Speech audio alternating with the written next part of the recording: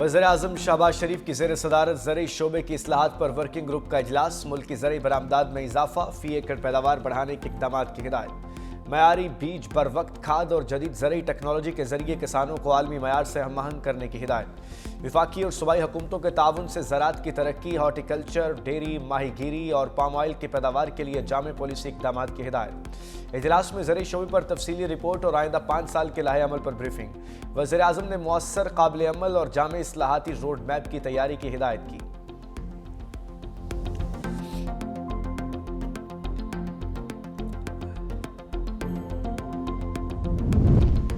بنگلہ دیش year force کے سربراہ air chief marshal Hasan Mahmood Khan کی ایئر ہیڈ کوارٹرز آمد، پاک فضائیہ کے سربراہ air chief marshal Zaheer Ahmed Babar سے اہم ملاقات۔ ISPR کے مطابق دفاعی تعاون، آپریشنل ہم آہنگی، تربیت، ایروسپیس ٹیکنالوجی اور ادارہ جاتی شراکت داری پر تفصیلی گفتگو۔ F-17 تھنڈر کی ممکنہ خریداری، سپر مشاق طیاروں کی فراہمی اور مکمل تربیتی سپورٹ سسٹم پر اتفاق۔ دورے سے پاکستان اور بنگلہ دیش کے طویل المدتی اسٹریٹجک دفاعی تعلقات مزید مضبوط ہوں گے۔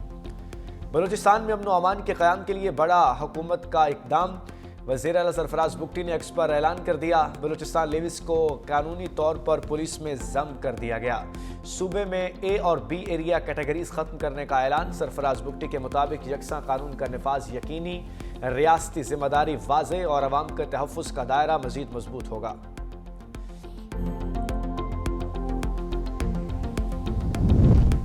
لاہور سیشن کورٹ میں جوئے کی ایپس کی غیر قانونی تشہیر کے مقدمے میں ڈکی بھائی کی اہلیہ اور جتوئی کی عبوری ضمانت پر سماعت۔ بیماری کے باعث 1 روزہ حاضری معافی کی درخواست منظور، عدالت نے عبوری ضمانت میں 19 جنوری تک توسیع کر دی۔ ایڈیشنل ڈسٹرکٹ اینڈ سیشن جج منصور قریشی نے سماعت کی۔ NCCIA کی جانب سے ڈکی بھائی اور ان کی اہلیہ کے خلاف جو ایپ کی تشہیر کا مقدمہ درج ہے۔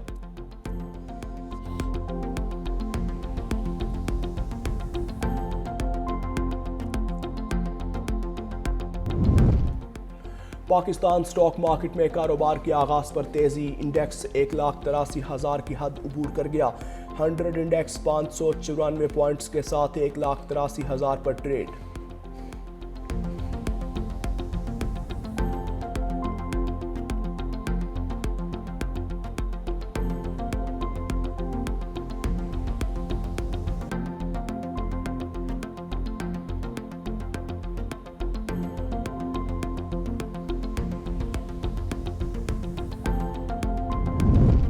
اسلام آباد میں ٹھیکیدار نے 4 ایکڑ پر درخت کاٹ دیے۔ عدالت نے صرف پولن الرجی والے درخت کاٹنے کا حکم دیا تھا، ٹھیکیدار نے تمام درخت کاٹ ڈالے۔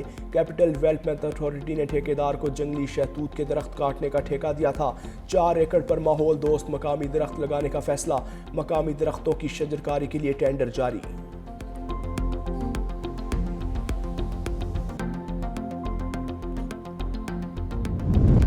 پنجاب کے میدانی علاقوں میں صبح کے وقت دھند کا راج، حد نگاہ بہتر ہونے پر موٹر وے کھول دی گئی۔ لاہور میں موسم کی تبدیلی کے باعث فضائی معیار میں عارضی اتار چڑھاؤ، AQI 166 ریکارڈ۔ سینئر صوبائی وزیر مریم اورنگزیب کے مطابق وزیر اعلیٰ پنجاب کی ہدایت پر آلودگی پھیلانے والے صنعتی یونٹس، اینٹوں کے بھٹوں اور دھواں چھوڑنے والی گاڑیوں کے خلاف بلا تفریق کریک ڈاؤن جاری ہے۔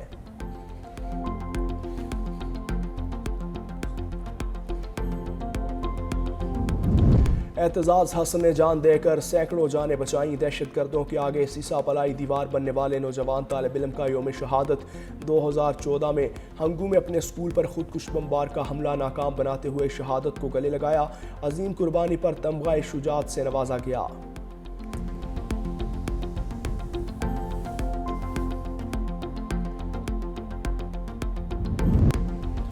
نجی یونیورسٹی میں طالبہ کی خودکشی کی کوشش، ہسپتال میں زخمی طالبہ فاطمہ کی ٹانگوں کی سرجری مکمل، ڈاکٹرز کا کہنا ہے دوسری سرجری بھی جلد کی جائے گی۔ پولیس کا کہنا ہے طالبہ کے لواحقین نے قانونی کارروائی کے لیے ابھی تک کوئی درخواست نہیں دی۔ کیمروں کی تمام CCTV فوٹیج پولیس نے اپنے قبضے میں لے لی۔ لڑکی کے بیان کے بعد تفتیش کو آگے بڑھایا جائے گا۔ لڑکی دوسری منزل سے کودنے سے قبل 27 منٹ تک فون پر بات کی۔ بھائیوں نے لڑکی کو 1 روز قبل نیا موبائل لے کر دیا۔ لڑکی کے دونوں بھائیوں کے تفصیلی بیان ریکارڈ کیے جا رہے ہیں۔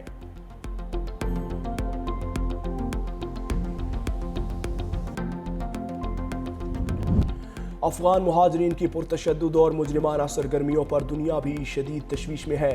افغان طالبان رجیم عالمی دہشت گردی اور انتہا پسندی کا مرکز بننے لگا۔ جرمنی میں منشیات سمگلنگ اور سنگین جرائم میں ملوث درجنوں افغان پناہ گزین ملک بدر۔ ترکی سے 2025 میں 83 افغانوں کی بے دخلی کی تصدیق۔ ہزاروں کو جرمنی چھوڑنے کے احکامات مل گئے۔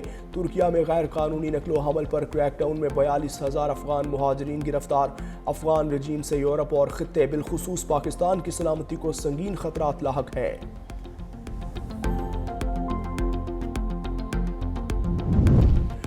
جنگ بندی کے باوجود اسرائیلی بربریت جاری، مزید 2 فلسطینی شہید۔ اسرائیلی فوج نے عارضی کیمپ پر بمباری کی، 5 سالہ بچی جان سے گئی۔ غزہ حکام کے مطابق جنگ بندی کے باوجود 400 سے زائد فلسطینی جانیں گنوا چکے۔ صہیونی بربریت میں شہداء کی مجموعی تعداد 71,384 ہو گئی۔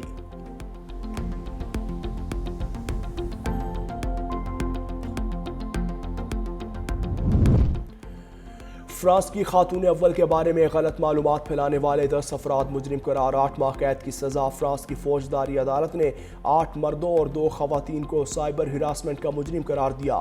مجرمان نے انٹرنیٹ پر دعوے کیے تھے کہ بریجٹ کی پیدائش دراصل بطور مرد ہوئی تھی۔ ان کا نام جین مائیکل پروگنین رکھا تھا۔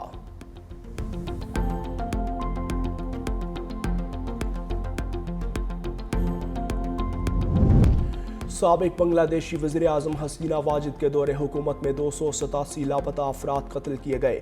بنگلہ دیشی تحقیقاتی کمیشن کی رپورٹ۔ کمیشن کے مطابق امکان ہے کئی لاشیں دریا اور دیگر مقامات پر پھینکی گئیں یا اجتماعی قبروں میں دفن کی گئیں۔ کئی بے نشان قبریں ملی ہیں۔ ڈی این اے شناخت کے لیے بین الاقوامی ماہرین کی مدد کی سفارش کی گئی ہے۔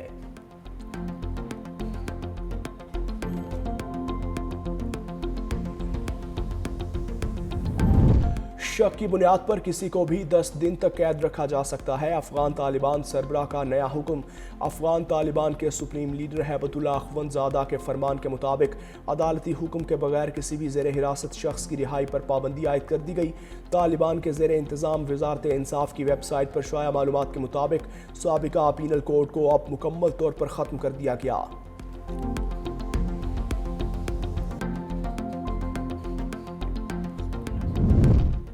فراڈیے روزگار کا لالچ دے کر پیسہ بٹور رہے ہیں۔ دبئی میں پولیس کی جعلی ورک ویزا اسکیم پر وارننگ جاری۔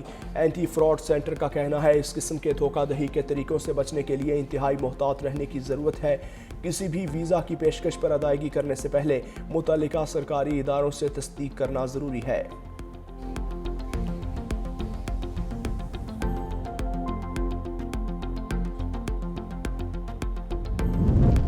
پاکستان شری لنکا T20 میچز کی سیریز کل سے شروع ہوگی۔ پاکستانی اسکواڈ کا دوسرا گروپ کولمبو پہنچ گیا۔ دوسرے گروپ میں کپتان سلمان الیاگا، محمد نواز، صاحبزادہ فرحان، عثمان خان، سائم ایوب، ابرار احمد، عبدالصمد اور خواجہ نافع، بیٹنگ کوچ محمد حنیف اور سپورٹ سٹاف کے ارکان شامل۔